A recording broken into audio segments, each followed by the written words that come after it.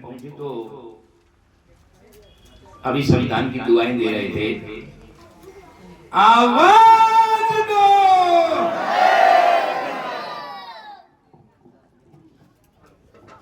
आज भारत के कानून के रचनाकार बाबा साहब भीमराव अम्बेडकर जी की जयंती पर मंच पर उपस्थित समस्त अतिथिगण, मेरे दाएं और बाएं बेटे बेटा के लिए बुजुर्गों, हम वतन युवा साथियों, प्यारे छोटे बच्चों जो एक कमल की फूल की तरह खिल रहे हैं, आने वाले कल की तस्वीर युवा साथियों, मेरे से पूर्व वक्ताओं ने बहुत ही सारगर्भित तरीके से आदरणीय डॉक्टर भीमराव अम्बेडकर जी के जीवन पर अपना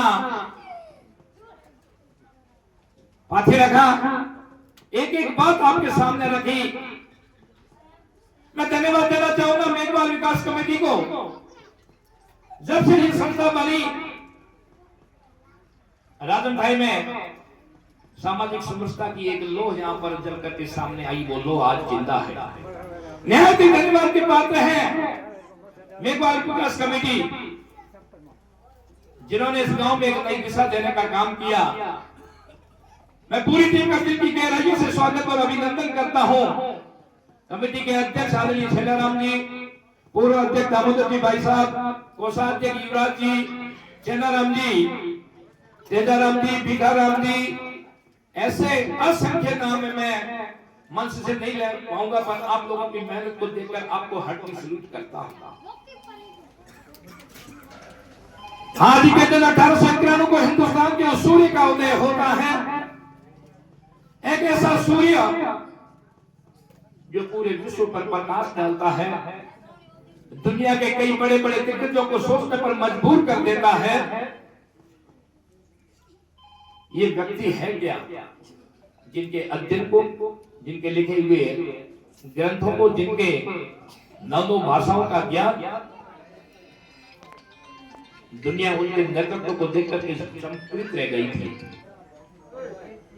आदरणीय भीमराव अम्बेडकर अपने आप में एक मिसाल है। आदरणीय भीमराव अम्बेडकर जी अपने आप में एक वो उदाहरण है जिसका उदाहरण पूरा विश्व देता है, जिनकी क्रांति के कारण आज हिंदुस्तान इस सामाजिक समरसता के साथ, आज हिंदुस्तान उनके बताए हुए रास्तों पर चल करके विश्व गुरु की ओर अग्रसर हो रहा है। मां भारती पूरा परम वैभव पर जा रही है। तो उनके बताए हुए रास्तों के कारण आज देश अपने आप में एक नई मिसाल पेश कर रहा है।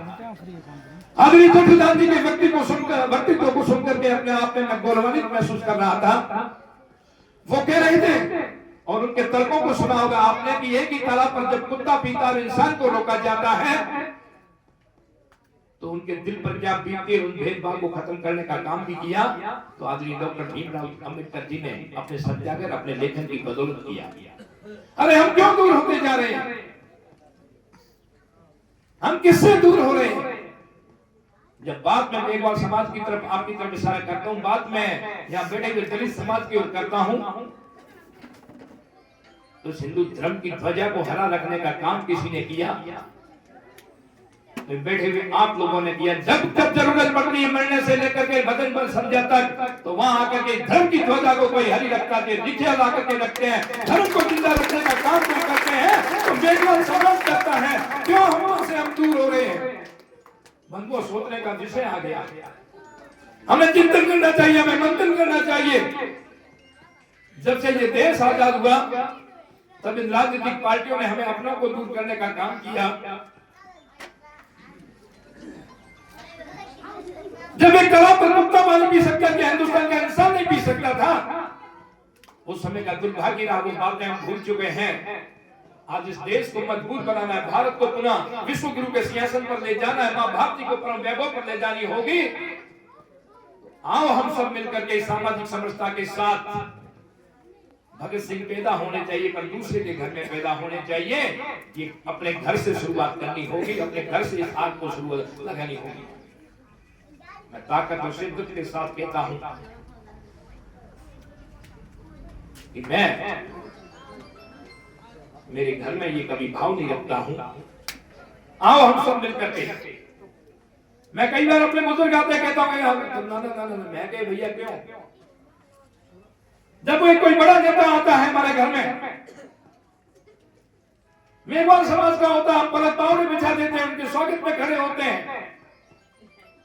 अरे गांव का सामान्य व्यक्ति आता है, हम उसको कह देते हैं कि वहां जाकर के बैठ जा और खौंडी को उपला जाए भी। उस समय हम लोगों को मर जाना चाहिए, डूब के मर जाना चाहिए। इस राष्ट्र को मजबूत करना होगा, इस धर्म को मजबूत करना होगा।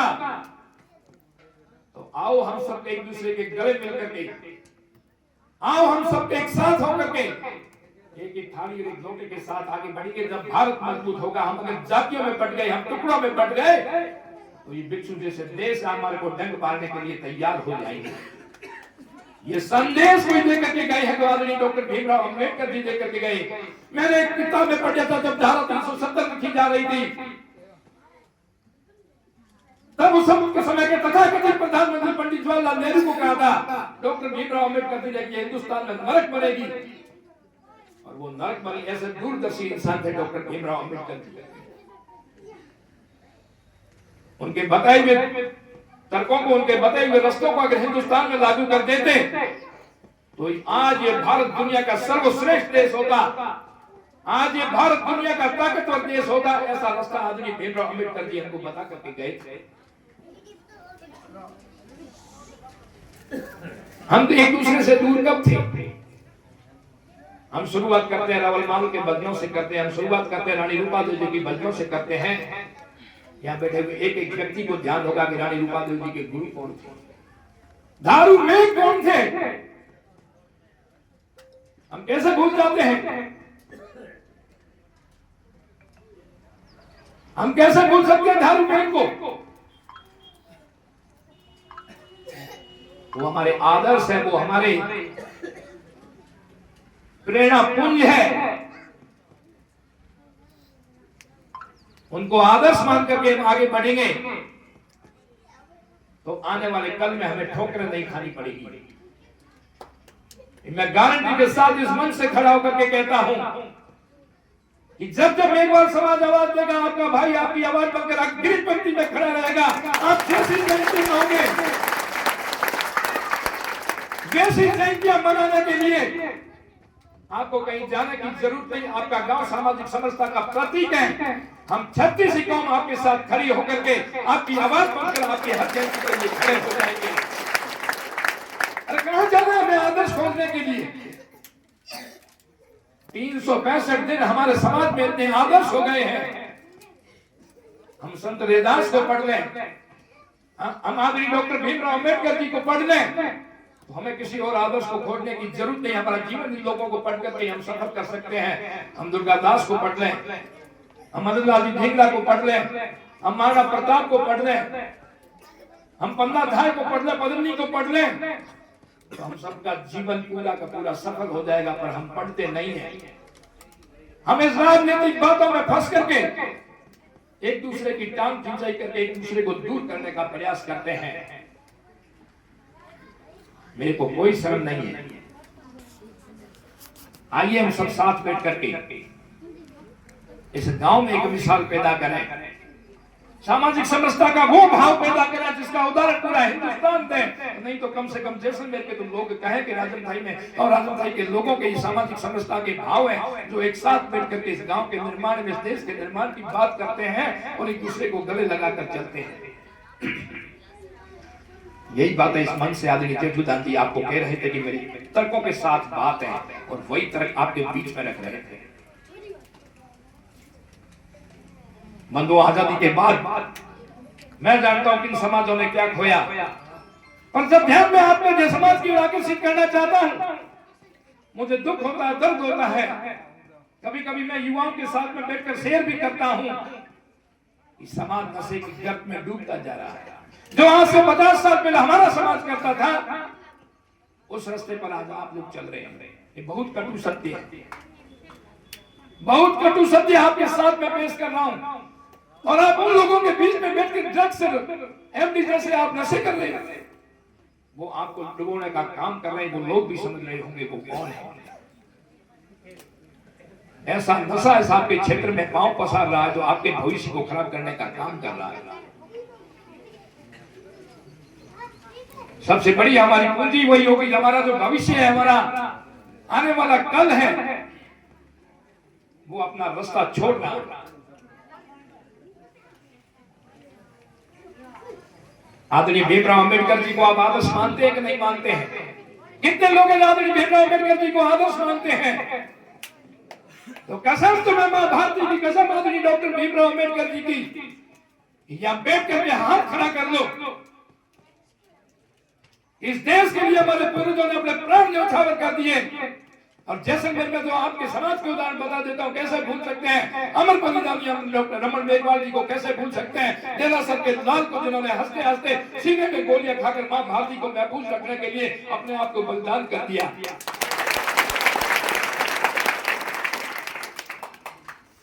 तो आप एक चीज भी यहाँ पर दे सकते हैं, दे सकते हैं नहीं दे सकते हैं? भीमराव अंबेडकर जी की मूर्ति के आगे खड़े होकर के दे सकते हैं ना?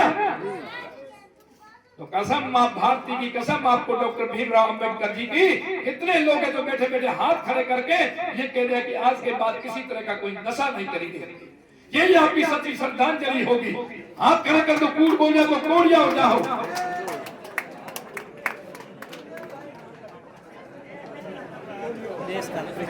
धन्यवाद। यही आपकी सच्ची श्रद्धांजलि होगी। हम समाज को एक नई राह दिखा देंगे।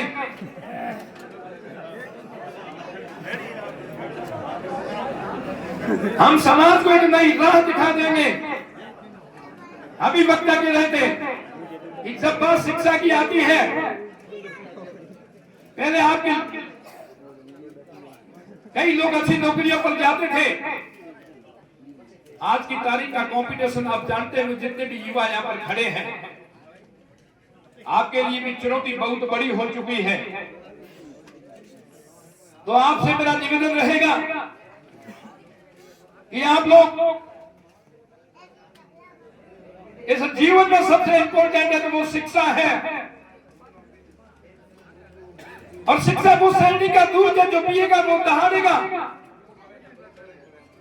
और उसका उदाहरण ये शेर जिसकी मूर्ति लगी, जिसने शिक्षा का अध्ययन किया तो हुकूमत हिंद में शेर की तरह दहाड़ता था। दहाड़ते थे नहीं दहाड़ते थे? अनपढ़ तो को होता नहीं। तो आप भी जब पढ़ लिख करके विद्वान बन जाएंगे तो आप भी एक शेर की तरफ हो जाएंगे। और इतिहास गवाह है, तलवार से भी तीखी धार किसी की है तो कलम की है। और मैं हमेशा मेरे शब्दों में कहता हूं, जमी बेच देंगे, जमा बेच देंगे, वो लोग मुर्दों के तन का कफन बेच देंगे।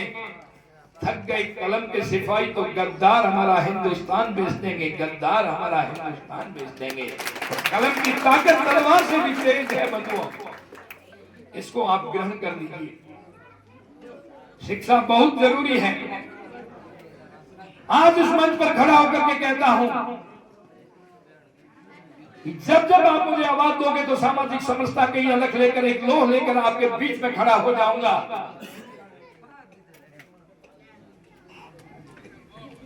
हर सामाजिक सरोकार के कार्य में आपके बीच में खड़े रहेंगे। आदरणीय अध्यक्ष सेलाराम जी, आपसे कहता हूं कि कभी अकेले समझने की कोशिश ही मत करना। पूरे समाज के साथ ये राजमधाई गांव आपकी आवाज बनकर खड़ा रहेगा। यहाँ पर आदरणीय खीमाराम जी बैठे, ओबीसी मोर्चा के जिला अध्यक्ष अर्जुन राम जी चले गए।